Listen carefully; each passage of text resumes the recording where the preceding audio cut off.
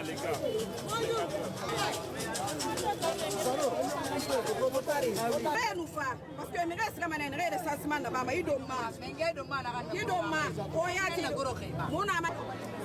chaque fois qu'il prend des enfants qui viennent à Kaloum, tu vois combien de personnes se trouvent actuellement.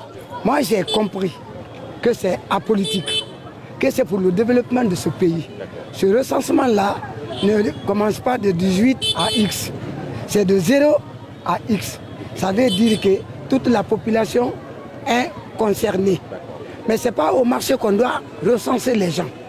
C'est dans leur quartier résidentiel qu'ils doivent être devant leur habitation pour qu'on puisse les recenser. Vous nous avez laissé un travail. Ce travail-là, c'est quoi?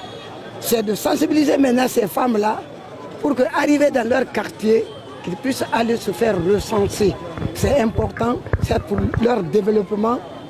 Ce matin, nous sommes venus au marché Niger pour passer des messages de sensibilisation aux commerçants en vue d'accueillir nos agents recenseurs dans leurs ménages respectifs. Vous savez, le recensement est un outil de développement qui permet au gouvernement de planifier son développement en termes de nombre d'écoles, centres de santé, d'infrastructures de transport, d'eau et d'électricité. Donc, nous avons passé le message et nous avons invité les commerçants à accepter d'accueillir nos agents dans leur ménage, à faciliter leurs travaux dans leurs circonscriptions respectives en vue de dénombrer rapidement la population de Kaloum, de Matam, bref, de toutes les communes de Conakry, pour que rapidement nous puissions planifier le recensement proprement parler. Ce recensement qui se fait chaque 10 ans dans tous les pays au monde, la Guinée, nous le faisons cette fois-ci pour le développement de notre pays.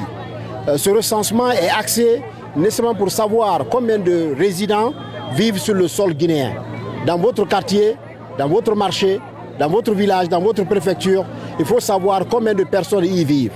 De 0 à 100 ans, les gens qui y sont, des Guinéens et des non-Guinéens.